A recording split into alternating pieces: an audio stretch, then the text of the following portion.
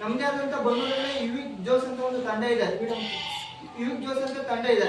ಆ ಒಂದು ತಂಡದ ಮೂಲಕ ಹಲವಾರು ರೀತಿಯಾದಂತಹ ಸಾಮಾಜಿಕವಾಗಿ ಹಲವಾರು ಕಾರ್ಯಗಳನ್ನು ಮಾಡ್ಕೊಳ್ತಾ ಬರ್ತಿದ್ದೀವಿ. ಆ ಒಂದು ಕಾರ್ಯಕ್ರಮದ ಪ್ರಯುಕ್ತ ಇವತ್ತು ನಮ್ಮ ಒಂದು ಟ್ಯೂಷನ್ಗೆ ಸೋಮಪ್ರಕಾಶ್ ಅವರು ನಾವು ನಿಮ್ಮ ಒಂದು ಟ್ಯೂಷನ್ ಕಾರ್ಯಕ್ರಮ ಮಾಡ್ಕೊಡ್ಬೇಕು ನಡೆಸ್ಕೊಡಿ ಅಂತ ಹೇಳಿದ್ರು. ಸೊ ನಾನು ನಮ್ಮ ಹುಡುಗರು ತುಂಬಾ ಸಪೋರ್ಟ್ ಕೊಡ್ತಾರೆ.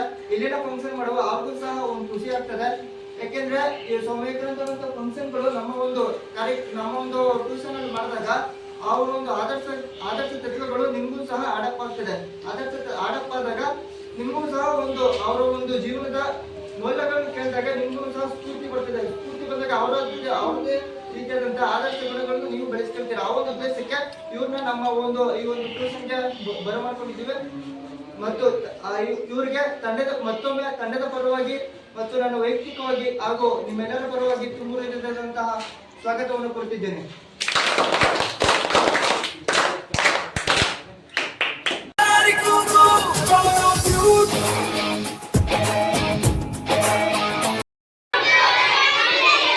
ಹೇಳಿ ಎದ್ದೇಳಿ, ಮುಟ್ಟುವ ತನಕ ನಿಲ್ಲದಿರಿ. ನಿಮ್ ಗುರಿ ಏನು?